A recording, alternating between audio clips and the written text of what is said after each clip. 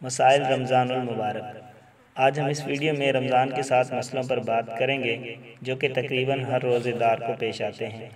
مسئلہ نمبر 1، نیت دل کے ارادے کا نام ہے، زبان سے نیت کرنا ضروری نہیں۔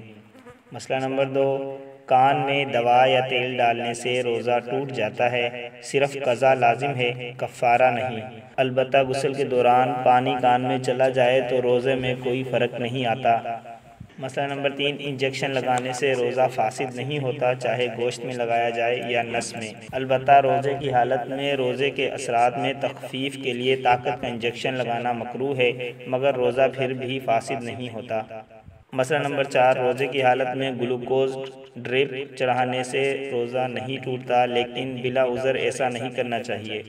مسئلہ نمبر 5، روزے دار کا روزے کی حالت میں خون دینے سے روزے پر کوئی فرق نہیں آتا، البتہ اگر کمزوری اور ضعف کا خدشہ ہے تو مکروہ ہے۔ مسئلہ نمبر 6، کہ یعنی الٹی کی بہت سی صورتیں ہیں، صرف 2 صورتوں میں روزہ ٹوٹ جاتا ہے۔ نمبر 1، یہ کہ قصداً منہ بھر کر کے کرے یعنی الٹی کرے۔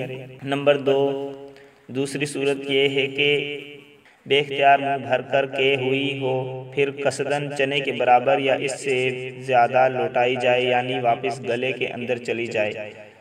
ان صورتوں میں روزہ ٹوٹ جاتا ہے، بشرط یہ کہ روزہ یاد ہو، صرف قضا لازم ہے، کفارہ نہیں۔